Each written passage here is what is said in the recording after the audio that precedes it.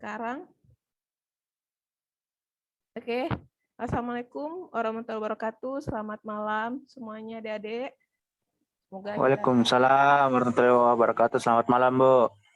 semoga kita dalam keadaan sehat selalu ya semuanya. Hari ini kita belajar tentang manajemen accounting and controlling di mata kuliah Ibu Akuntansi Sosial Lingkungan. Nama Ibu adalah Galiani Masita Triseptia yang akan menempuh kurang lebih 1 semester menjadi pengampu mata kuliah ini. Oke, jadi buku yang akan kita gunakan adalah buku Akuntansi Sosial Lingkungan. Ini yang dikarang oleh Komang Adi Kurniawan Saputra dan kawan-kawan. Nah, ini adalah buku utama yang kita gunakan dalam mata kuliah ini, Akuntansi Sosial Lingkungan, dan ada beberapa pendukung. Ini adalah jurnal-jurnal pendukung milik Adams dan Pak Habib, gitu. Kemudian ini adalah RPS yang akan kita gunakan selama kurang lebih 1 semester, di mana tujuan mata kuliah ini adalah mampu bekerja sama dan memiliki kepekaan sosial serta kepedulian terhadap masyarakat lingkungan. Mata kuliah ini juga mengajarkan kita untuk memahami etika bisnis. Jadi ketika kita memiliki usaha, kita tidak hanya memikirkan bagaimana kita menggapai profit yang sebanyak-banyaknya, gitu. Tapi kita juga harus peduli di sekitar kita, lingkungan maupun masyarakat yang terdampak dengan perusahaan atau bisnis kita. Kemudian menguasai konsep teoritis yang mendalam tentang informasi untuk pengambilan keputusan. Jadi biaya-biaya apa yang bisa kita minimalisir, atau bagaimana kita mengelola laba perusahaan sehingga semua hak dan kewajiban-kewajiban perusahaan itu dapat terpenuhi. Yang terakhir adalah kita mampu mempresentasikan informasi dan mengemukakan ide dengan jelas, baik secara lisan maupun tertulis kepada pemangku kepentingan. Jadi kalau perusahaan kita besar, pemangku kepentingan kita tidak hanya lagi pemerintah, tetapi ada investor. Ya, kita juga bisa memakai laporan keuangannya ini untuk belajar. Ya, kita sebagai generasi yang akan datang perlu belajar bagaimana treat atau bagaimana informasi-informasi yang ada di laporan keuangan saat ini, gitu, sehingga kita punya bekal masa depan untuk masa depan kita sebagai akuntan, gitu.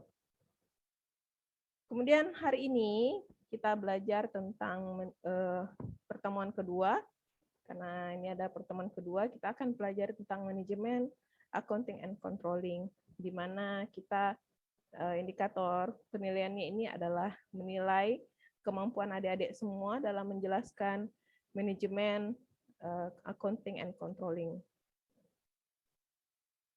Nah, akuntansi sosial lingkungan ini tanggung jawab perusahaan berupa CSR, Corporate Social Responsibility, yang terdiri atas 3P, ini triple line, jadi triple bottom line, yaitu sosial, ekonomi, dan lingkungan. Ya, kalau bahasa Inggrisnya people, profit, dan planet. Ini adalah saling berkaitan di CSR. Oke, Ibu mau tanya, kenapa sih perusahaan tidak lagi mementingkan profit, melainkan harus juga memperhatikan tentang sosial dan lingkungannya? Ada yang bisa jawab? Kenapa? Apa sih hubungan 3P ini? Triple bottom line ini. Oke, ada yang bisa jawab? Saya, Bu. Oke, Fatan. Seperti apa yang dikatakan Ibu, kan itu triple bottom line memiliki keterkaitan yang sangat signifikan. Karena dalam keseimbangan dari 3 kategori tersebut maka akan menimbulkan suatu sustainabilitas. Nah, seperti kasih contoh saja, kita memberi contoh apabila kita menyeimbangkan people dengan lingkungannya, pasti kita dapat perusahaan dapat memperoleh, bukan maksud saya orang-orang dan lingkungan yang berada di sekitar perusahaan mendapat kehidupan yang baik. Nah, dan dari kehidupan yang baik tersebut pasti dapat memberikan profit bagi perusahaan, yaitu kepercayaan dari masyarakat sekitarnya. Seperti itu, Bu. Oke, terima kasih Fatan ya. Oke, itu adalah hubungan triple bottom line. Jadi bagaimana kita juga memikirkan profit, tentu saja namanya perusahaan akan memikirkan profit, tetapi bagaimana perusahaan itu juga berdampak pada kehidupan masyarakat dan lingkungan sekitarnya. Apakah perusahaan itu mengeluarkan limbah? Nah, bagaimana cara perusahaan itu melakukan pengelolaan limbah secara maksimal untuk meminimalkan dampak beracun dan berbahayanya limbahnya. Kemudian kalau people, bagaimana perusahaan bertanggung jawab atas masyarakat sekitarnya. Misalkan di satu perusahaan semen, dia melakukan pengeboman untuk mendapatkan semen, nah itu kan akan berdampak ke sekitarnya, masyarakat sekitarnya. Masyarakat akan mungkin terganggu dengan telinganya, maka perlu pemeriksaan lebih lanjut dengan kesehatan-kesehatan di lingkungan tempat perusahaan semen itu, gitu. Jadi itu adalah kepekaan dari perusahaan. Jadi perlunya triple bottom line diterapkan oleh perusahaan seperti itu. Ada juga prinsip yang harus dilakukan dalam penerapan CSR, yaitu sustainability, accountability, dan transparansi. Sustainability ini maksudnya adalah CSR tidak hanya dilaksanakan 1 tahun, melainkan berkelanjutan, begitu. Kita juga berharap bahwa program-program CSR ini akan berlanjut, tidak hanya melakukan kegiatan-kegiatan masyarakat yang hanya berlangsung misalkan 1 kali, melainkan perusahaan bisa melaksanakan CSR dalam bentuk program fasilitas-fasilitas yang bisa membantu masyarakat dalam jangka waktu yang panjang. Misalkan membangun rumah ibadah, fasilitas kesehatan, dan fasilitas pendidikan lainnya, seperti itu. Kemudian ada accountability. Accountability ini artinya CSR-nya ini kita bisa hitung dari beberapa laba yang dihasilkan. Kalau menurut undang-undang, laba CSR itu 2% dari laba yang dihasilkan perusahaan. Itu adalah kewajiban CSR dari perusahaan. Kalau kita bisa buka di IDX atau laporan keuangan perusahaan yang sudah go public, itu bakal kelihatan CSR-nya berapa persen dari labanya. Bisa jadi 10% atau tergantung dengan tingkat kemampuan dari perusahaan tersebut. Transparansi artinya CSR ini kita bisa dapat lihat apa sih kegiatan-kegiatannya CSR ini.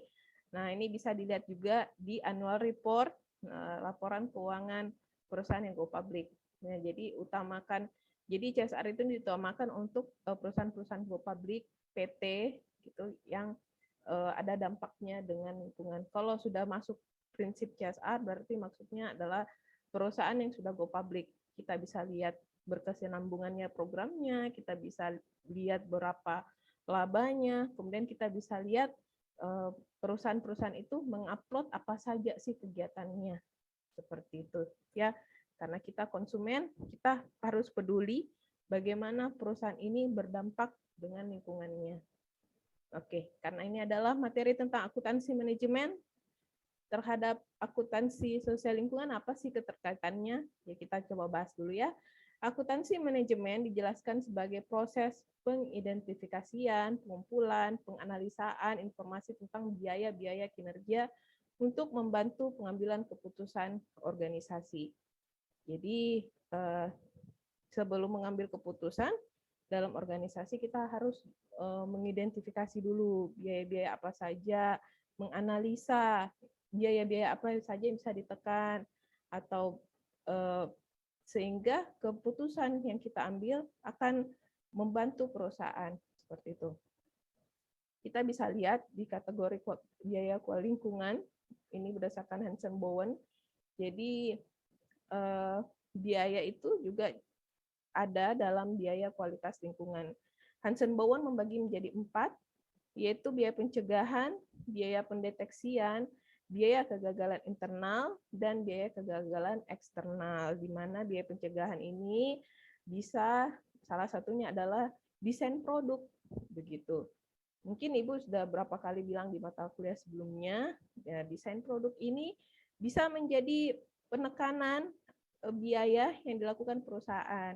Misalkan air minum kemasan botol yang tidak lagi menggunakan segel di penutupnya, itu juga bisa mengurangi dampak lingkungan ya. Jadi si plastik ini kurang dipakai gitu, atau kurang pengeluaran limbah plastiknya. Seperti itu. Kemudian ada biaya pendeteksian menurut Hansen Bowen.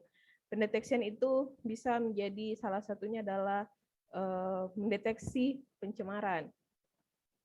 Ya, jadi kalau di kita bisa lihat deteksi pencemaran udara itu ada di lapangan Karebosi, itu adalah salah satu program pemerintah misalkan. Kemudian ada biaya kegagalan internal. Jadi bagaimana cara perusahaan itu mengolah sampah atau limbah beracun dan berbahayanya. Ya, bagaimana. Kemudian ada biaya kegagalan eksternal, yaitu ini karena sudah berdampak keluar, jadi bagaimana perusahaan itu membersihkan tempat-tempat yang tercemar. Begitu. Misalkan danau atau got misalkan seperti itu. Ya, jadi itu adalah kategori biaya kualitas lingkungan berdasarkan Hansen Bowen. Jadi dapat dipahami bahwa akuntansi manajemen dan lingkungan ini sebagai akuntansi yang menyajikan informasi keuangan perusahaan pada pihak internal atau pihak-pihak berkepentingan. Nah, adik-adik kalau sudah susun skripsi yang berdasarkan yang saling berkaitan dengan manajemen, akuntansi manajemen dan lingkungan, adik-adik termasuk pihak-pihak yang berkepentingan karena menggunakan laporan keuangan untuk meneliti. Nah, hasil menelitinya itu akan menjadi saran perbaikan untuk perusahaan, misalkan seperti itu. Ya, jadi akuntansi manajemen bagaimana mengidentifikasi dan mengelola, dan ini sangat berkaitan dengan lingkungan nantinya. Lingkungan yang dimaksud bisa jadi juga masyarakat dalamnya, bisa jadi lingkungan sekitarnya. Bagaimana hutan, bagaimana danau, bagaimana sungai itu tidak tercemar sama sekali dengan adanya perusahaan tersebut. Begitu. Kemudian menurut IFAK, International Federation Accountant, ini persatuan akuntansi akuntan ya secara internasional. Akuntansi manajemen lingkungan dapat diartikan sebagai pengelola kinerja lingkungan serta penerapan yang dilakukan oleh manajemen perusahaan melalui pengembangan dan penerapan sistem dan praktik akuntansi lingkungan. Dalam hal ini bisa berupa laporan dan audit untuk banyak perusahaan, dan sebagian besar akuntansi manajemen lingkungan juga mencakup biaya siklus, biaya keseluruhan, penilaian manfaat, dan perencanaan strategis untuk manajemen lingkungan. Oke, kita bisa lihat ya, ini adalah akuntansi lingkungan, apa saja urutannya menurut Gray dan Walters.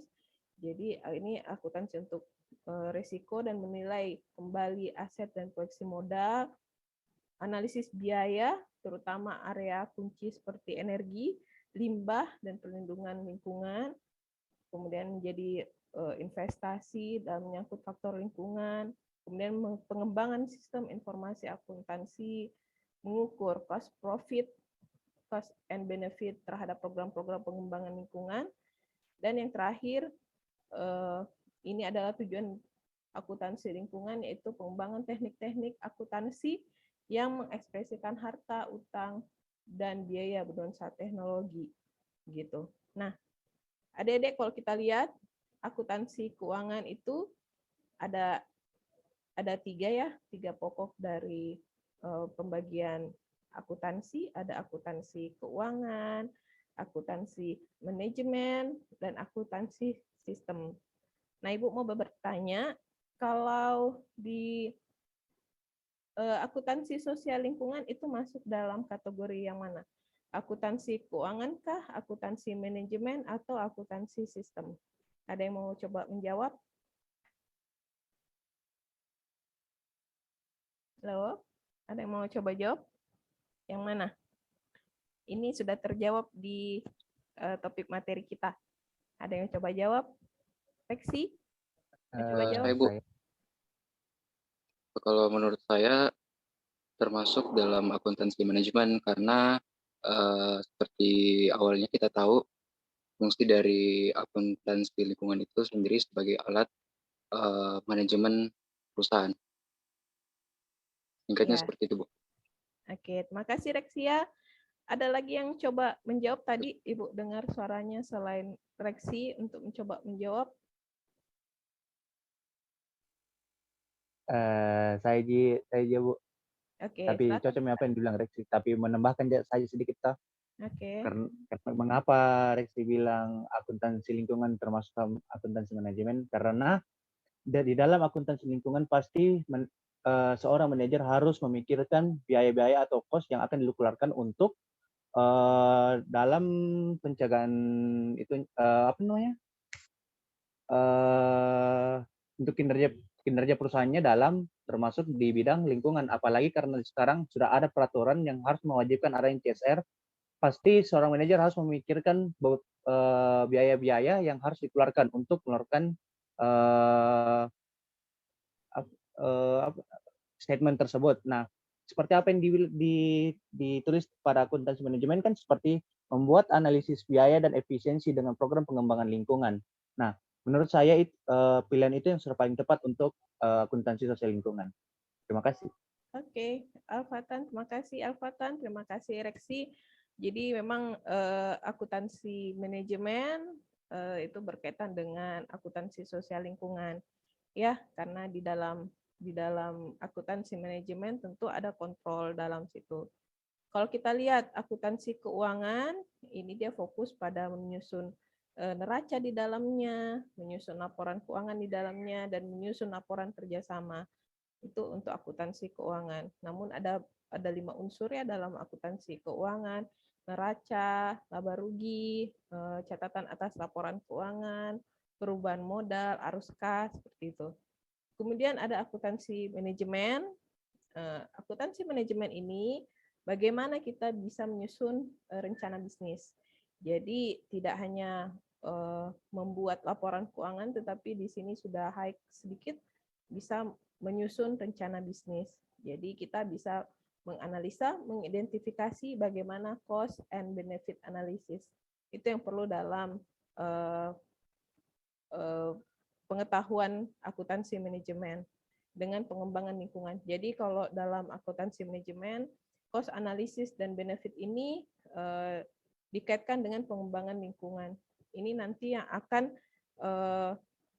yang seperti Hansen Bowen bilang, dalam cost analysis pasti ada biaya-biaya yang dikeluarkan, ada benefit juga yang akan kita dapatkan, begitu. Yang terakhir dalam akuntansi manajemen ini kita bisa membuat analisis biaya efisiensi dengan program pengembangan lingkungan. Jadi dalam cost and benefit analysis ini ya kita bisa melakukan pengembangan lingkungan ya, bagaimana program pengembangan lingkungan selanjutnya. Kemudian dalam akuntansi sistem, merencanakan berbagai perubahan pada sistem informasi manajemen, kemudian merencanakan berbagai perubahan pada sistem laporan keuangan.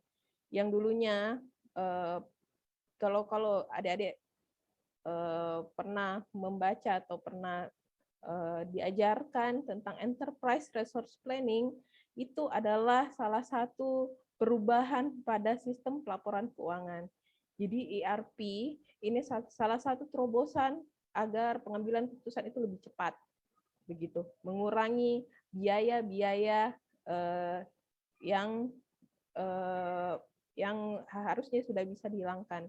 Seperti itu, misalkan dengan biaya kertas, biaya printer, listrik, ya itu bisa berubah.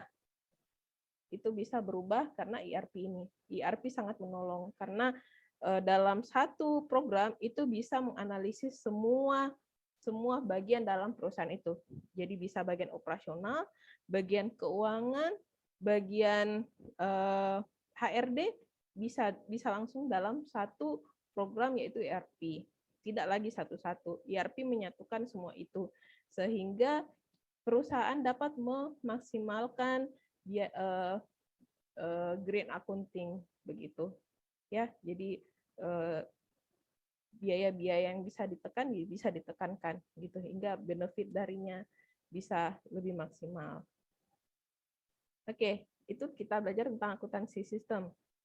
Kemudian kita berlanjut di Ikatan Akuntansi Indonesia, Kompartemen Akuntansi Manajemen telah menyelenggarakan Indonesia Sustainability Reporting Award atau ISRA, yaitu penghargaan yang diberikan kepada perusahaan yang telah menerapkan sustainability report dengan baik.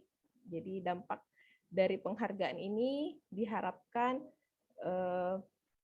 akan meningkatkan reputasi perusahaan dan kemudian kesadarannya dalam melakukan apa saja yang telah mereka lakukan untuk memberikan nilai tambah untuk sosial dan lingkungan. Ya, jadi selain pentingnya buat perusahaan, jadi kok perusahaan sendiri menerapkan sustainability report ini, itu akan berdampak kembali ke dirinya. Ya, bisa jadi banyak investornya, konsumennya makin banyak, seperti itu. Jadi kalau konsumen sekarang dan investor sekarang itu pintar-pintar.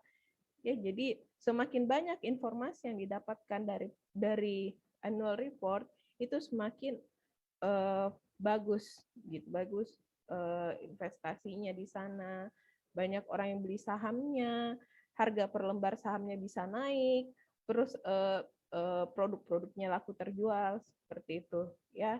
Jadi misalkan perusahaan Unilever melakukan terobosan limbah sabunnya ramah lingkungan saat ini begitu. Itu yang bikin tertarik konsumen untuk membeli barang-barang yang dijual seperti itu. Jadi selain sustainability report ini dapat penghargaan, ya perusahaan juga akan berdampak lebih baik begitu. Akan berdampak pada investor dan akan berdampak pada konsumennya. Ini adalah terobosan yang dilakukan juga Ikatan Akuntansi Indonesia dalam kompartemen akuntansi manajemen. Jadi banyak kompartemennya, ada akuntan pendidik, ada akuntan audit, nah ini akuntan manajemen gitu. Jadi akuntansi lingkungan ini tidak terbatas pada akuntansi keuangan, tetapi juga diterapkan pada akuntansi manajemen. Akuntansi manajemen ini, lingkungan ini digunakan untuk memonitor dan mengevaluasi efisiensi penggunaan sumber daya, mengurangi dampak lingkungan dari operasi perusahaan sesuai dengan pembahasan teori sebelumnya, stakeholder theory, mengidentifikasi manfaat, manajemen lingkungan bagi perusahaan, pemerintah, dan masyarakat. Ini adalah pengawas dalam program CSR. Jadi ada pemerintah dan masyarakat yang ditunjuk, di mana yang ditunjuk itu adalah LSM, Lembaga Swadaya Masyarakat. Ini turut mengawasi bagaimana jalannya tanggung jawab perusahaan dengan lingkungan dan masyarakat. Yang terakhir, nah ini adalah pembahasan terakhir untuk hari ini adalah controlling dalam akuntansi sosial lingkungan.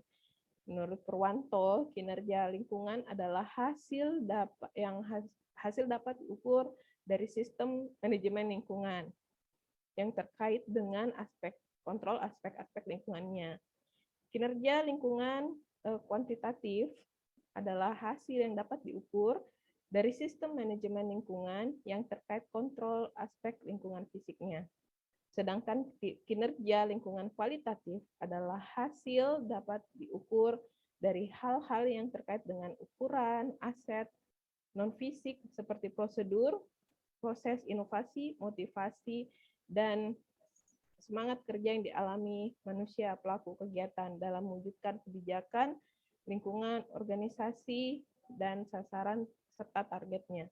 Jadi seperti itu ya. Jadi kalau controlling dalam akuntansi sosial lingkungan itu bisa dinilai secara kuantitatif dan kualitatif. Di mana kuantitatif itu tadi kita bahas tentang Hansen Bowen, ada biaya-biaya yang bisa kita lihat, ada CSR yang bisa kita lihat besarannya secara kuantitatif.